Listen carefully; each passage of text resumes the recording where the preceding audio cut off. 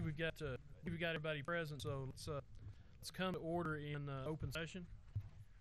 No, all right. And that brings us then to item 5 in the agenda, public comment period. I don't believe we had anybody sign up to speak in the public comment period. I would remind everybody to turn on their microphones when they go to make a comment and speak, so we can pick that up on the recording device.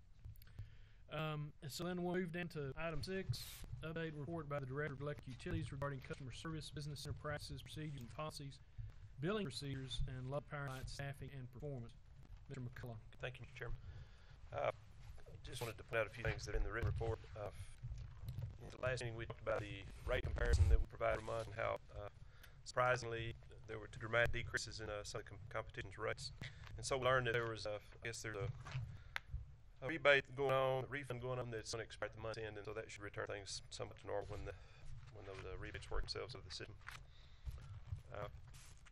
Based on rate comparisons, we've saved our customers about $10 per 1,000 kilowatt hours over the entire non-summer months compared to statewide average. So I think we're in pretty good shape comparatively. On page 16, the report about the media. We continue to promote online product, and there's been some positive response to that through the social media efforts. I don't know how many of y'all Facebook and Twitter, but that's a growing avenue to communicate with our customers, and so that's having some results. On page 20, I wanted to point out this distribution recap. There's quite a few new commercial customers on here. It may not be obvious to you because the way they've been listed on this report is kind of out of what I expected. So I talked to Steve about rearranging this report at the next meeting so that all new ones show up at the bottom. But we have there's I say a little over 10 new customers that show up in this report this month. Some noteworthy ones are Hilton Garden Inn, Coop Cove Apartments.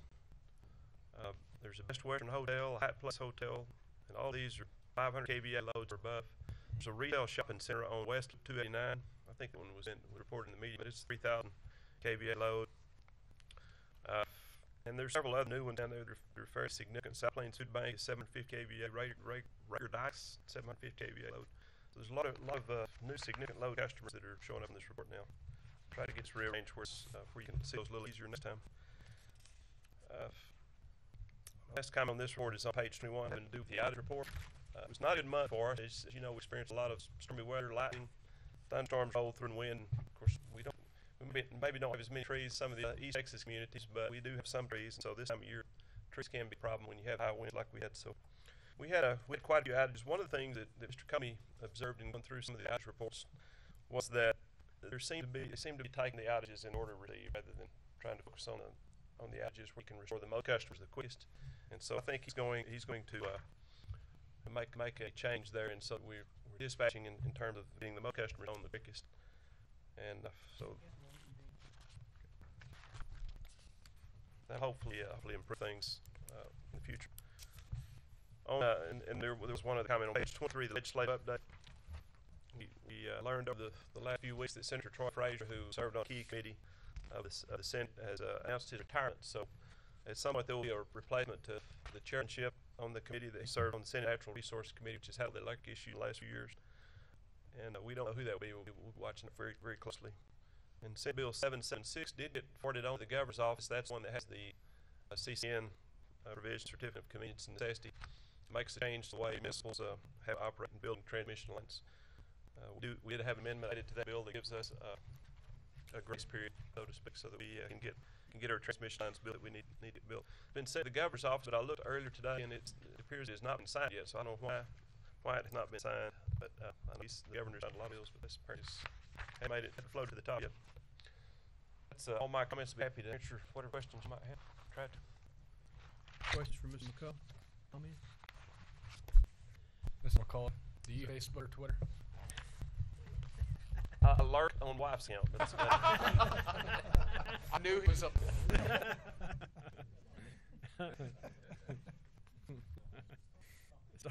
Facebook talk. Any other comments? Very good report. I did have one question. I believe we talked about it earlier. Now I've lost the sheet. It was load. The tie loads. So maybe that's 13. Well, that's. Is that executive? That would be executive. Oh, I'm sorry. Okay. Forget I asked that question. I was going to give you an opportunity to cover that, but you're right, that is in the executive session. I also noted on the payments, page 19, that even though we're working to get more of our payments through electronic means, it doesn't seem like we've really made a whole lot of headway on that lately. And I was going to observe that, see if we've still applying our efforts in that direction. Well, and I'll update you on one change we made this month was historically we've only accepted MasterCard and Visa, which in this day and age seems a little odd. So this month we did finally get Discover added to that slate of options, and so it's a small move that we are still making an effort to open up any method that anybody can pay with. We're trying to open up those options. So slowly but surely we're making some progress there. I think we'll continue to see some increase on the electronic payment side as we move on. And we haven't done the bill inserts at this point. Do you know, are those scheduled this summer to promote the electronic payments? That's scheduled more for the summer. So those will be going out bill inserts, which I think will further alert people to know that they have many options available. So. Good, very good. That will take us then to, if there are no other questions regarding the director's report, that'll take us to item 7, discuss financial capital statements, financing options, audits, financial policies of Lubbock Power and Light relating debt issuance issues, reserve account funding, cost allocation, and revenue and expense projections of Lubbock Power and Light. Mr. Burcham. Thank you. As I usually start off with, looking at, and this is a little bit what David touched on a moment ago in his report, the monthly cost for a residential customer that uses 1,000 kilowatt hours. You've seen this every month. The one change that I wanted to report to you this month is we have set the summer rates. Obviously, the energy charge and the service availability charge were already set, but the summer pass-through of the purchase power cost has now been set. So the customer using 1,000 kilowatt hours would pay $110.41. You look back to last summer, it was at $106.47, and I wanted to kind of break out what the changes are.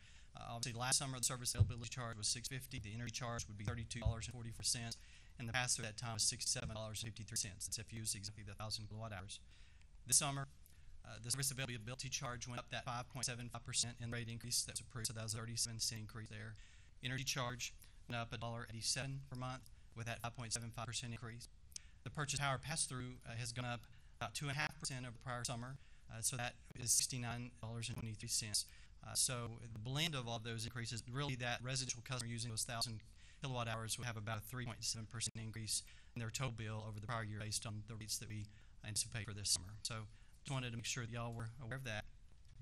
Also wanted to overlay what customers in Amarillo are paying to Excel, and you can see we have information up through April.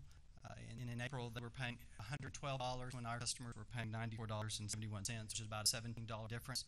If you take a snapshot of the last 12 months, it's $131 less that LP&L customers have paid compared to Amarillo customers of Excel in Amarillo. So out of the last 31 months that are up on that board, 29 of those we have been having a lower price than the Excel customers in Amarillo. Wanted to briefly go over the income statement. This through the month of April. You can see that comparing the April month this year to date to the April year to date in 2014, our revenues are about $1.4 million lower than the prior year. One of the biggest impacts this year has been a change in the unit contingent agreement and the purchase power out of those units. And actually, April of this time last year, we had about $6.5 million of revenue, and this year from that source we had about $1 million. So we had about $5.5 million less in revenues from that source. Yet we were only down about $1.5 million. This time last month we were down about $2.6 million from last year, so we're starting to gain a little ground there. Now, operating expenses, you'll notice that the personal services, which include compensation and benefit and associated costs, are below where we were at this point last year. Also, supply and maintenance are below, and really the only areas that we're seeing increase this year are through the purchase of fuel and power, which is about $3.2 million, and I've gone over some of those reasons for that in prior months. We have seen, haven't had any surprises like we had early in the year on some of those purchase power costs, so but it's still a little bit elevated from what we've seen in prior years. So it gives us total operating expenses of about $118 million compared to $103 million last year. The biggest difference there, remember, is that GASB 68 requirement that we began booking the expense for net pension obligation, which will be a one-time event this fiscal year. So you can see that $13 million, it's a non-cash item that $13 million has not gone out the door. That's an accounting entry, but that will skew our financial statements for this fiscal year. On operating expenses, which for the most part is interest expense on our bonds, is a little bit higher than it was last year, $460,000. Transfers are up a little bit also from prior year, about $385,000 greater. Change in net position, negative $18.8 million, mostly related to the $13 million GASB 68 entry, and then also a big part of that is that loss of revenues from contingent agreements. Compared to last year, $1.8 million down at this point in time. I think it's easiest and most important to look at, though, is we've updated a forecast for you. I told you at the last meeting that we would bring to you a forecast where we think we're going to end the year.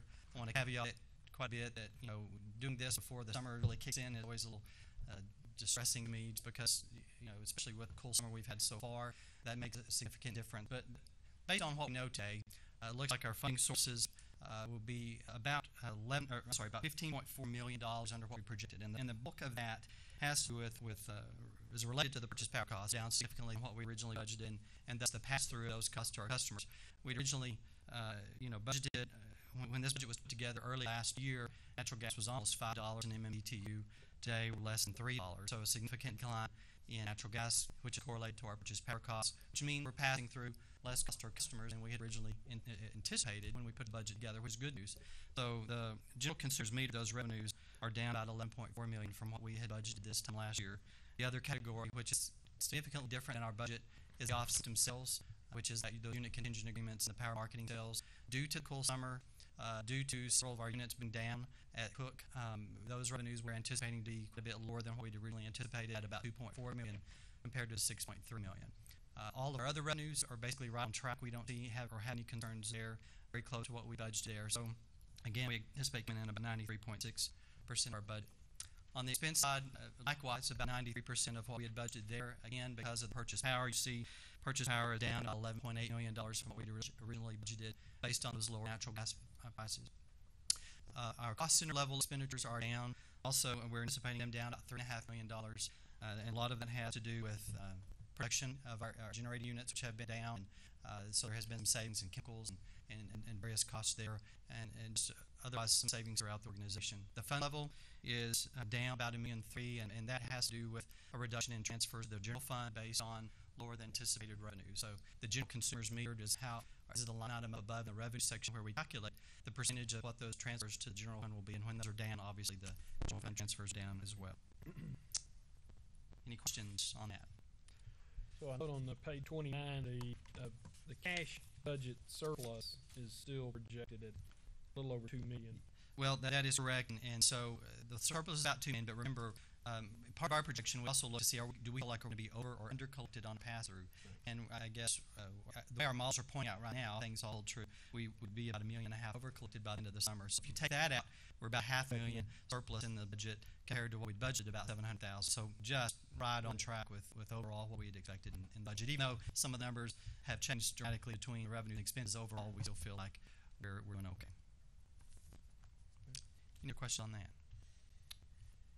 No questions. One thing I also provide to you each month is our over and under collections on pass-through.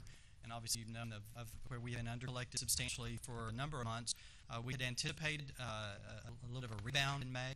Unfortunately, the cool weather set in, and where we anticipated selling about 215 million kilowatt hours in April, we only sold about 169 million. It's about 78% of what we would normally sell in the month of May. So that dramatically impacted our ability to pass through all those costs. So we under-collected about $800,000. We are still within our threshold for the last 3 months. We have been within the bandwidth that we are allowed through the tariff, and so we still believe, and our models still show that with those new rates that we implemented for the 4 months of summer, that we will be able to collect enough to get us back up to that $3.5 million level which we had basically subsidized through the reserves of LP&L. So getting back to where we're basically break even again there.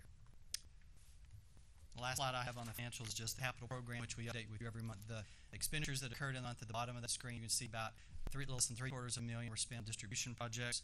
We had about $470,000 spent on overhead and underground line installation, about $150,000 new transformers. We also had about $27,000 production, small amount there, and then additional vehicles purchased through the capital program this month as well. So that kind of gives you a total there. You can see about still 2/3 of the cash that we have on hand is funded with is out of bond proceeds, and then the other third is funded through cash. So, and this is how much at the end of April was sitting on our books, about almost $30 million in bonds waiting to be spent, and then $14.2 million in cash. So that basically wraps up the financial overview, and I'll be happy to answer any questions y'all might have. So how much do we anticipate between now and the end of the fiscal year on CapEx? How much do we anticipate spending? Yes. Well, I don't know that I necessarily have, the capital program is not based on a fiscal year. They are the life of the projects, basically. I don't have an exact estimate for you at this point, how much we would expect to spend by the end of the fiscal year, but we do have that much available. Obviously, all the capital projects have been appropriated and approved through y'all's action and council action. So we can certainly get some estimates put together if the board would like to see that going forward. We're glad to do that. No, we can talk about that. Okay. All right. Thank you. Any other questions? Thank you, Andy. Thanks. So that brings us to item 8, discuss and take action on the Lubbock Power Line fiscal year 2015-16 operating budget program. Make appropriate recommendations to the city council for the city of Lubbock pursuant to section 2.03.415A of the Code of Ordinances, City of Lubbock, Texas. And I guess I'll call on you, Mr. Chairman, I wanted to make just a brief introductory statement here. The budget document that you all have received and have been reviewing represents hundreds, if not thousands, of hours of work on the part of LP&L staff. Departments have put a lot of time and energy in this, and Andy and Chad, of course, have been the gatekeepers and accumulating all the information. And I just wanted to commend them for the excellent job that they do on this budget, and they are true professionals, and they take this very seriously and do an excellent job. The guidance, I guess, that I gave staff as we began working this budget was that we, specifically on the capital projects, I want to look at payoffs. What is the payoff? And in many cases, the payoff is improved reliability, improved customer service, cost savings or additional revenues, support for the 2019 plan. And so, in some cases, there were projects that didn't have a verifiable, immediate payoff, and some of those got put out. Some of the capital projects did. So, the other factor that we looked at is, can we realistically accomplish this amount of work within the next time period? Because we don't want to issue debt and fund projects we can't realistically get things done. So that was all of the factors that kind of got stirred up in the pot as we began examining what we could do and what we brought to you is sort of the boiled down version of the wish list that everybody had at the beginning. So with that introduction. All right. Thank you very much. Again, I'm very pleased to present to you the proposed 15-16 operating budget and capital program. A lot of this is a little bit of a repeat from last meeting, but there have been some updates made, so please bear with me. I know that since this is publicly televised, that it's interesting for the public to know, as well as y'all hear it again. It would never hurt.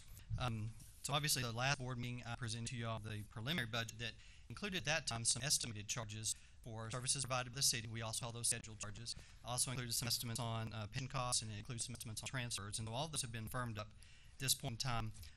After all those changes were made, the total increase in expense overall was about $170,000 from what I presented to you last month, which is less than 1/10 of 1% increase on total budget. So in the scheme of things, a relatively small amount of difference between what you saw at the last meeting. Upon your approval today, this is before you for your action today, but if you approve this today, it will then be forwarded to the city. They will incorporate this budget within the overall citywide budget, and it will be presented to the council at the first meeting in July. They will begin deliberations on the budget throughout the summer, and there will be the readings of budget ordinances and all those things that occur in the last meeting in August, typically in the first meeting in September. So that kind of gives you an idea of timing. But again, we have been working on this, and we certainly appreciate all the departments that have worked very hard to get the information to us. But it's been a months-long process, and we have 21 cost centers. We have over 1,000 different line item expense accounts that we review individually, and all those are justified, basically down to the penny. Maybe not the penny, very close. But all those expenses are justified and have a rationale and reason for why they're requesting the amount each and every line item expense. But this budget, as basically last year's budget, is focused on two major themes. And the first one is looking ahead and planning for Lubbock's future energy needs. And secondly, being focused on what our customers and citizens expect of us and what they expect of a well-run utility. Based on the first focus, anticipating Lubbock's energy needs, Lubbock is growing, and the investments in our power grid are necessary to modernize our system and to bring it up current technology. And our goal is to look forward to the future and anticipate demand and to carefully invest for all generations in our city. And we believe this is something that a well-run utility should be doing. Future projects are underway or are proposed in this budget in an effort to provide reliability. Just like David mentioned ago, reliability was a key focus for us on a lot of the capital program. On the second, focus our budget on doing what our customers expect of us. The reliability of our transition grid and our generating units was paramount, especially as we're planning for 2019. And the capital program is focused on projects that do improve reliability and provide the long-term improvements that we're looking for in the grid. And I wanted to point out the three main projects. There's a number of projects in the budget, but in the capital program, since it is the driving force of this budget, I wanted to point out three projects that are substantial in size. First one is in the southwest part of town, which is at Chalker Substation, which is about 74th and UK, and includes new power transformers there, and also a replacement of 4 miles of transmission line, which is quite aged, about 50 years of age, going from Chalker to Thompson Substation. And I showed you this map last meeting, but Chalker in on 74th and Quaker. Thompson is just north of South Plains Mall, right next to that property. So that's the span of that transmission line. And that's a $7.5 million capital project. The second project is a 5-mile transmission line. It's a new line going to the new Northwest Water Reclamation Plant, and also will provide increased reliability for the growing medical complex in the northwestern part of the city in its entirety. This is a $5 million project. You can see that line is quite a distance. Northwest is about Quaker and Clovis Highway, and Kinsey, where the line will also be extending to, is northern part of the interstate south of the loop.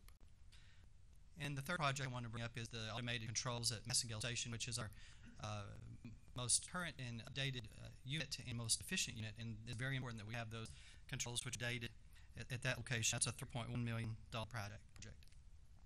Another thing I want to point out, and I did point this out at the last meeting, we have on track this year to close and complete 25 capital projects at a value of $31.4 million. Last year we closed 38 projects with a value of $26 million. So over the last 2 years we've closed and completed 63 capital projects with a price tag of just under $60 million. So I think that's something that we can all be very proud of. I know that Steve Combs' group and now Blair's group have been very instrumental in getting all those completed. Other areas that we have been doing what our customers expect of us, we continue to look for ways to save expenses, and in this budget we have implemented over $1.5 million in cost savings. Most of that has been focused on cuts in compensation, about $500,000, and also cuts in maintenance costs, which we are comfortable cutting, about $400,000. We're going to continue to look for ways to improve as the years go on, and as every month goes on, we continue to look for ways to save for our customers. And the third thing on the slide, we are also helping our customers try to save energy on our own through the PowerPoints that Matt Rose has been very instrumental in getting out there, and all the work that he and others have done with LISE and the programs we've done this year with the school kids, helping them educate them on electricity and the safety around that. So just some things that we're beginning to be a lot better at on helping our customers understand how to cut their own costs. All right, so I have identified those 3 major projects, and there are other large capital projects in the plan that hopefully you've had a chance to look at, but all of those are large driving forces on cost. And to that end, we do have a rate-based adjustment that is in this budget. It is a 5.75% increase, and I wanted to point out where that impacts the customer. The service availability charge, which again is that flat amount that covers the cost for us to read the meters, to collect, mail, and bill the statements, to provide customer service. It's currently $6.87. That would increase 40 cents a month to $7.27. This is for the rate 1 residential customer. The energy charge, which is the per kilowatt hour charge, which is an amount necessary to cover that infrastructure that brings that electric power to your home or business. The non-summer, which is 8 months of the year, would go up about a little over 1/10 of 1 cent, from 2.3 cents to a little over 2.5 cents. And then the summer energy charge would go up a little less than 0.2 of a cent, from about 3.4 to 3.6 cents. The purchase power recovery is not impacted by the base rate adjustment. We pass through those costs, so those will be what those are.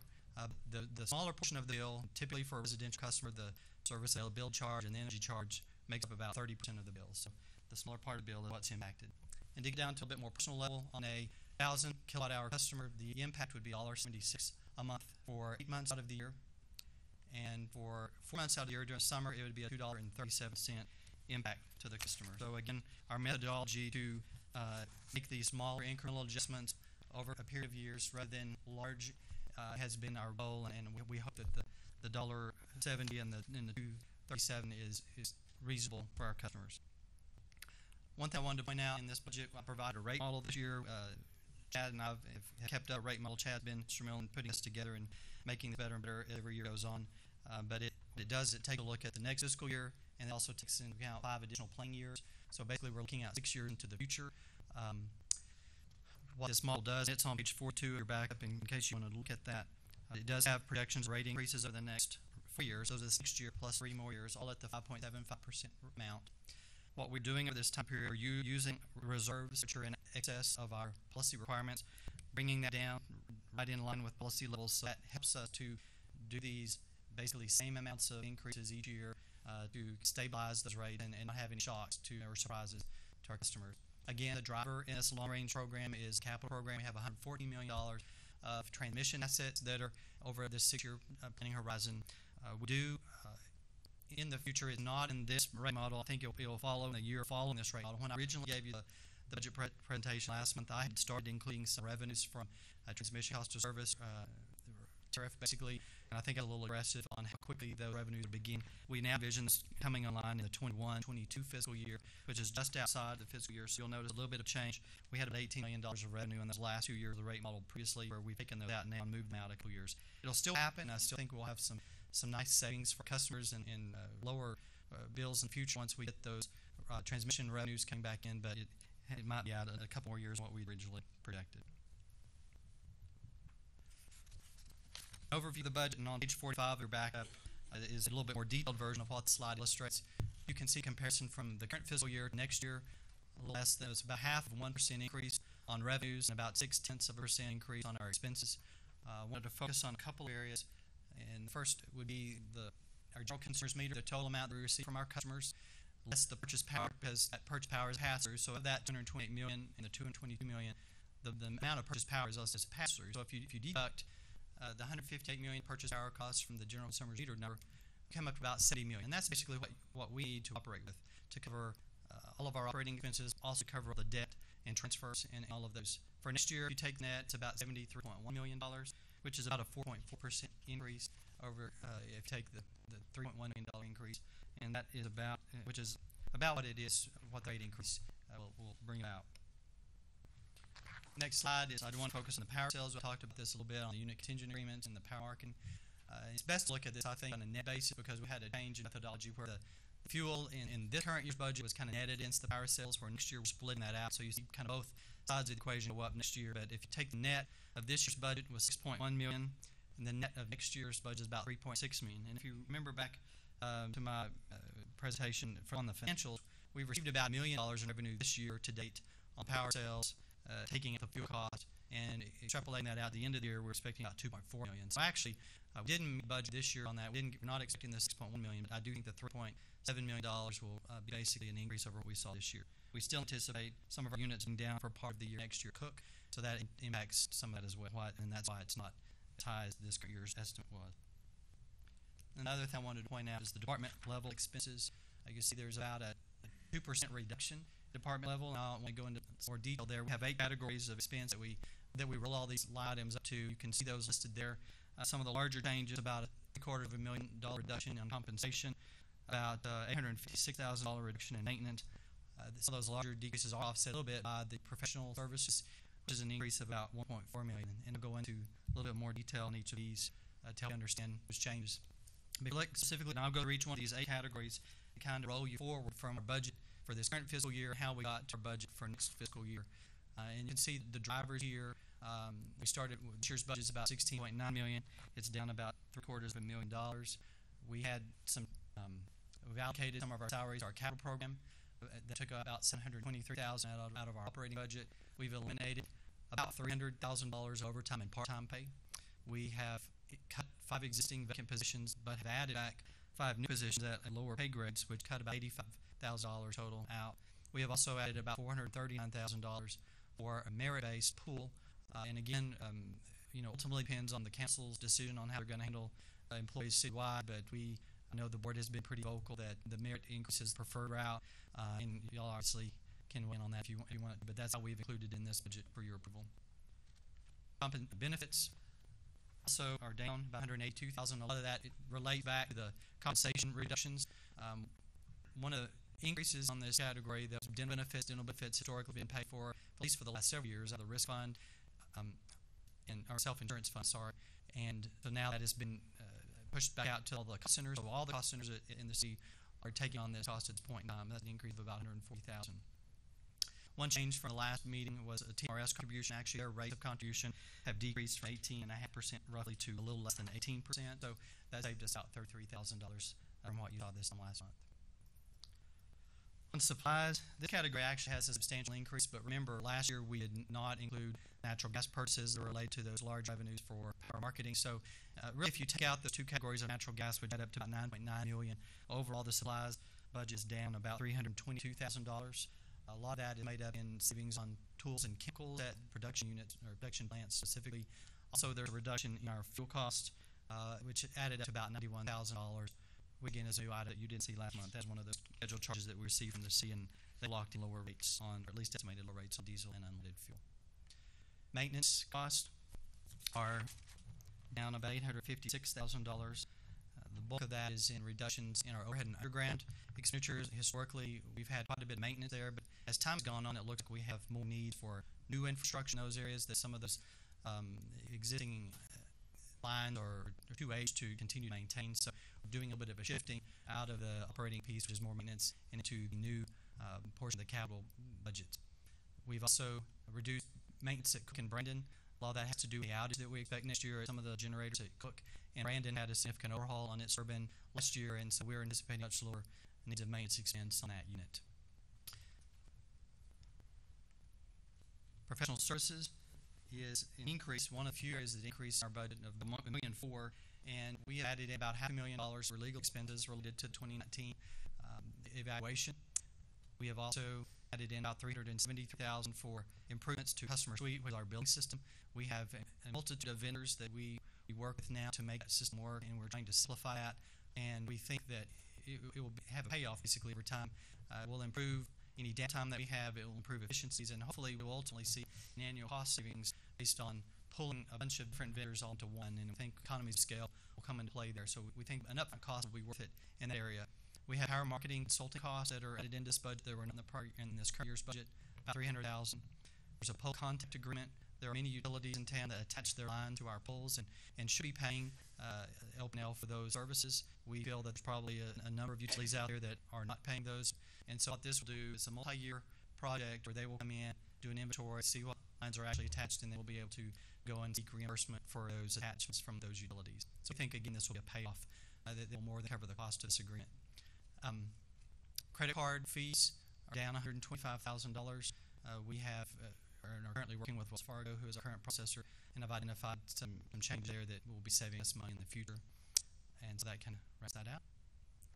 And then scheduled charges, which I did not present to you last month because they were all an estimate. And actually, what we had done in the proposal to last month was we estimated an increase similar to the prior year increase. The prior year we had seen an increase of $807,000. So we had, on a conservative nature, plugged that into the budget. That did not happen. We, in fact, saw a $99,000 decrease. So that's a swing about $978,000 from what I presented to you last month. But you can see our last year's scheduled charges. We have reductions in utility costs of about $260,000, which is the biggest impact there, offset by an increase in our property and liability insurance coverage of $100,000, and in some increase in data processing, and then an anticipated increase in postage costs also for next year. So it kind of rounds out those 8 categories. I wanted to now turn to the fund level, and you can see that overall the fund level expenses are up about $1.6 million. Our debt service is up about $500,000, and that's mostly related to new debt that was issued in 2015 for our capital program. And direct cost allocations is down slightly. Our transfers to the general fund for next year are budgeted down about $400,000 in total if you take the 2 lines of franchise fees and the property tax line item. That has to do with lower revenues. And also the transfer to the electric capital program for capital cash fund items, about from $10.8 million to $11.3 million, a 4.4% increase. Transfer to WTPA is up about $1.3 million due to some additional operating expenses that their board approved this year. And then the reimbursement from the city for the collections we provide for the water, sewer, solid waste, and stormwater funds went up about 5% from $5.4 million to about $5.7 million. So those are changes at the fund level that account for that 4.2% increase. So I'm now going to turn it over to Tad to kind of go over the capital program, and then if I have any questions, we'll be happy to answer any of that. Good afternoon, everybody. I'm not going to spend a lot of time on purchase power because he did a pretty thorough job earlier, unless you just want to dive back into it. But starting with the cap program, just to start at the top, you can see we have existing projects that we've added about $3.5 million to for the upcoming fiscal year. You can see does this have a laser on it? second one, Massengale Station, the $5.5 million. That's largely the controls upgrade at Massengale 8 that Andy talked about earlier. You can see there's a large focus on transmission and distribution, which may not pop out to you right off the bat. You can see the 115 kV line construction, the Docker upgrade, 69 kV rebuilds, for quite a big increase there. And then we have our annual projects. We have the distribution transformers, we have the street lights, overhead underground lines, and then vehicles as well. So looking at the capital program a different way, I think this helps highlight the emphasis on the transmission and distribution. You can see the top three line there are a large focus in this year's capital program. About $26.5 million of the almost $34 million makes up about 75% of this year's capital program. Our rate study that we did a few years ago with New Gen Strategies recommended that we keep our cash funding about 35% and our bonds at about 65%. And the way that we have organized the capital program this year, we've gotten pretty close to that at a third and two-thirds. One thing I did want to talk about was the mobile substation and substation land acquisition. These projects were actually appropriated in 14-15 budget, but they both had long lead times, and they both require lots of research and time and effort before purchase can be made. And we felt like it was prudent to fund those at a 15-16 because they were funded with debt rather than fund the debt in 14-15 and be interest-free or without being able to spend the money. So that wraps up the budget presentation. I believe they have to make a formal recommendation to the council. So if any questions, we'll be happy to answer any. Do you know when our purchase of the SES facilities will go offline? Yeah, it'll be in 2021 and fiscal year 2021. And so, and that's one thing that I did, I'm glad you brought that up. I did not mention in budget all of the transmission assets that, for example, the transmission loop, very, very large, $114 million worth. The way I've structured the financing today, this could change once we get closer to that time frame, is I structured that bulk of issuance to where the first payment will come due a year after the Excel amount comes off. So that's about $10 million a year that we're paying in debt service on those assets. And so when that rolls off 2021, will give us some flexibility to start making those payments on the transmission assets, and there won't be a real impact to the customers doing it that way. Well, you had explained it to us that way earlier, Okay, so that's okay, why good. I wanted to let the public know about that. Second thing is, based on what my calculations were when I was going over the budget that I've had the last couple of weeks, our debt to income ratio is about 8%. Is that what you I haven't said? done that calculation. Bond payments versus what our budget income is. Yeah, that would be pretty close to being Total right. revenue? Yeah, Total total revenue. Total Yeah, revenue. our accountant here, our chairman is an auditor, so you can tell me. Is that correct, That Greg? sounds About about 8%? I think you're pretty close there. You're Well, close. our total debt service this year is about $19 million, and our revenue is about $40 million. You're right, yeah, at 8%. And the reason I brought that up is I read an interesting article Sunday, Jay, about the issues that I think the board of regents having with the athletic department at Texas Tech, because their debt to revenue ratio is higher than what they're comfortable with, and so they're making them cash fund their athletic facilities. And so that's why I want to, ours is about 60% of that. Yeah, we're in a very fortunate place as far as debt burden goes, and the rating agencies have been very open and honest about committing us for we're well below medians for other utilities around the nation on the levels of debt that we're holding. That's all I have, Mr. Chairman. Thank you. Very good. Other questions regarding the budget? Everybody's clear on the, Mr. Oatman? No. Everybody's clear on the proposed rate increase of base rate, which is That's essentially what it was. 5.75%. And the budgeted compensation includes a 3%. We're calling that a merit increase at this point. Yes, sir. I would entertain a motion, yes. Okay. I move that the budget as presented be approved by the board, and with recommendation that be sent to the city council for their action. Is there a second? Second by Mr. Tucker. Any other discussion? Mr. Chairman, I'd like to, Mr. Item had to go catch a plane. He's chairman of our financial committee, and you're also a member of that committee, and so is our secretary, Mr. Conrad, and the conscience of our board. That's what her new name is, at least that I favored. I want to thank all of y'all for working with our staff. This is a really tight, well-crafted budget, and we appreciate the board members that are on that committee and Mr. Ison's service. Well, I appreciate that, and I appreciate Mr. Isom's service, and I appreciate really the hard work of Mr. Burcham and Mr. Sales in getting that focused in on exactly as you say, a very tight budget. Any other discussion, comments before we vote? All those in favor of the motion, then I'd ask you to signify by raising your hand. Okay, I believe that's unanimous. And any opposed? Or yes? Okay. That will take us then to, very good, thank y'all very much. That will take us to item number 9, discuss and take action on the fiscal year 2015-16 electric rate tariff schedule. Make appropriate recommendations to the City Council of the City of Lubbock pursuant to Section 2.03.415A of the Code of Ordinances, City of Lubbock, Texas. Mr. Sales, let's see. Mr. Chairman, can I just Mr. brief Ballheimer? introductory statement on this? Sorry. You're fine. I just wanted to, this will be repeating what Andy said a minute ago, but the proposed rates that you're going to see here follow in fourth long-term capital improvement plan and the budget forecast that has been presented to you. The rates follow the forecast, not vice versa. And so the principles that that the board has adopted in previous studies and that we tried to adhere to in this work is we want to avoid rate shock, have gradual changes. We want to maintain adequate reserves, and we want whatever rates we deploy to be cost of service based. So when you're making changes to your rates, you want to make incremental changes ideally so that you're not harming anybody. So in addition to the modest rate increase that you're going to hear more about, there are some refinements to some of the existing rates and the provisions within those rates that move us closer to cost of service. And there is a new time of use option which we think will be attractive to a segment of our customer base, and that will help us save money as well. So it will pay for itself as we roll it out. So that's the introductory comments. Those are great introductory comments. With that, this is on page 171 in your board book, and that's pointing you to the red line version of the tariff so you can actually see changed.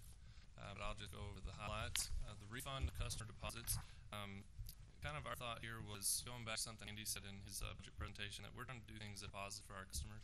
And right now we have about $7 million on the balance sheet that is for customer deposits that we're restricted from using. We can't use it for anything else. So essentially what this change will do will allow LP&L to automatically credit customers' account if they meet certain eligibility requirements. Right now we're working with Mr. Kessner to determine what those eligibility requirements are before we actually make that decision. But the recommendation is to automatically credit that if they qualify. So, net metering, page 183 in your board book, cleaning up some language. The current wording states all customers desiring to be served on this rate sign an agreement for interconnection. We're changing the wording to say all customers served on this rate must sign an agreement for interconnection and parallel operation. Right now we don't have anyone on this rate, but in the event someone decides that they want to be on it, we're going to make them sign the interconnection agreement. Second change to this rate is that we're trying to encourage low usage with this rate because these folks have solar attached to their system on their side of the meter. And so for anybody that's using more than 1,000 kWh, the rate is designed with tiers to essentially make them pay about what a rate 1 or rate 3 customer would pay otherwise. So the incentive is for them to use the solar that they've got. So demand cap, this affects all the demand metered rates, which would be your large school, large commercial, your primary commercial, and large municipal. And it's on 187 to 193, and start again on 196 and 197 in the board book. And this is one of the comments Mr. McCollum made in terms of getting everyone to cost of service. There's a whole bunch of verbiage up here. I'll show you an example that I think illustrates it better. But essentially, we are changing the way that we do this calculation by changing the visor and the formula. So what does that actually mean? This is just a hypothetical example of a customer that uses 175,000 kWh and puts a demand of almost 3,500 kW on our system. You would think pays for that usage. But as it stands right now, the way the formula is worded, you divide the 175,200 kWh by 80 hours to arrive at 2,190 kW. So they put demand on our system of almost 3,500 kW, but only paid for about 2,200. So the new proposal, let me back up. One thing I failed to mention is this is going to be phased out over a 4 to 5 year period, and we've done math to make sure that no customer will see more than a 20% adjustment as it relates to this component of the bill. So we've done math, and if you lower the divisor from 80 hours to 67 hours, just simple math of it, the quotient actually increases. So if you do 175,000 kilowatt hours divided by 67 hours, you have that customer paying for a little over 2,600 kW, which is an increase of 425 kW in this hypothetical month, which is about 19% increase as it relates to this change. So we've got a few statistics on how this will impact customers, and there's the full rate classes that I mentioned that it would impact. Out of 753 customers, about 728 are large commercial. And the way that we had our IT group pull this was we just said, give us everybody in last fiscal year that their billing demand did not equal their actual demand. And that give us the population. And some of the statistics related to this, the average increase is about 3.88%. One standard deviation is 3.7%. The max increase out of all 753 customers was 16%. And this is assuming that, like I said, this was last year's data, assuming that all of that carried forward to this year exactly. It would be a 16% increase. It would be the max. But just a reminder, the customers that are hit the hardest by this are those that use our system in the least efficient way. And so we're just trying to get them to cost of service to where they're paying for what they're using. As far as the dollar impact goes, this is about a $200,000 impact in terms of new revenue for us. Mr. Conrad? Just from a communication standpoint, are we working with those customers to kind of help them use it in an efficient manner? Well, I can't speak for what Mr. Rose has going. One thing that we have layered in is something that Mr. McCullough talked about, and I'll like to get to just a second, is the time of use optional rate rider. That is open to customers that have demand meters, and so if they have the ability to shift their load out of the peak window, they actually save on the pass-through. So I can get into more detail on that in just a second. Mr. Sales, let me ask you one question before you leave that. Now, the 16% increase, is that in the overall or just on Just as demand? it relates to this change. Just exactly. Okay. Power factor. This is actually the same pages in your board book on red line version of the tariff. If you need a technical explanation for this, Mr. McCullough or Mr. Comey, maybe Mr. Tucker can explain this. Essentially, essentially, we put this in last year's tariff, and after thinking about it, management decided that we just want to eliminate the wording because it tended to be punitive in nature, and we decided that we'd rather work with customers on an individual basis to improve those power factors. So, optional time of use rider, Ms. Conrad. Essentially, what this does, and I've kind of touched on it, I'll show you another graph that helps illustrate better, is we set a peak every summer, and we are charged, actually set a peak every month, and we're charged on that peak by Xcel Energy. So the idea here is to get the customer to have the ability to shift their load out of this peak window, which we have set up as 1 p.m. to 7 p.m. during summer months. And so we would save as a result of lower peak, and the idea with the rate is to pass on those savings through the pass-through to the customers who did shift their load. So the red line, this is our actual peak day in 2014, and it was out 585 megawatts. So if we were to shave 50 megawatts during that window from 1 p.m. to 7 p.m., you see the blue line. But what does that look like from a financial standpoint? You can see the KW column, just simple math. I've subtracted 50 kW from the original peak. We pay $7.08 per kW right now, which would save us about, I think the math comes to $354,000 a month. So this 4 months, if this worked, and we actually moved 50,000 out of that window, we would save $354,000. And those customers would be directly impacted because they would see those savings on their bill. The other thing that this does impact that affects us indirectly is the peak that we set, whatever it is, at the highest point during the year we set, there's a ratchet clause in our contract, and so 65% of that is what we pay in minimum during the year. So the lower that is, the lower that ratchet is. So this would actually help us all year long. So yeah. A couple other changes, we can go into these if you like. These are just small cleanup items. Meter ownership basically states that we own the meter. Meter aggregation says that if the customer and LP&L agree, we can totalize the meters. We've added the word kilowatt to all the man meters because part of the language said that we were only charging them for kilowatt hours, which we're charging them for kilowatt and kilowatt hours. Guard light service and floodlight service, these rates have been closed for a while, but what we did was go in and clean up the language to essentially say that they're closed and we will not install anymore. New service on that, return check fee, we didn't change the fee, we just changed how it was presented in the tariff to be consistent with our other fees. And the mid-season adjustment, this relates to the purchase power adjustment. The way the tariff reads right now is we true this up seasonally, and that authority is given to us through the tariff. If we were to come back mid-season and need an adjustment, we would have to have the board's authority, and that is implied in the tariff, but it does not say mid-season, so we just added the words mid-season to that purchase power language just so that it was clear. And that's all that I have on the tariff. Thank you, Mr. Sales. Questions? There wasn't any, as far as from what we were presented last month, there was a few cleanup items Right. in that recall. The only item that we took out that was there last month was on the net metering. We originally said that we weren't going to do budget billing, just because there's a lot of volatility with a solar customer. But after talking to Jamie and her staff, she felt like it was something that we could do, so we just struck that language enough today. So. If there's any other question, I'll entertain a motion.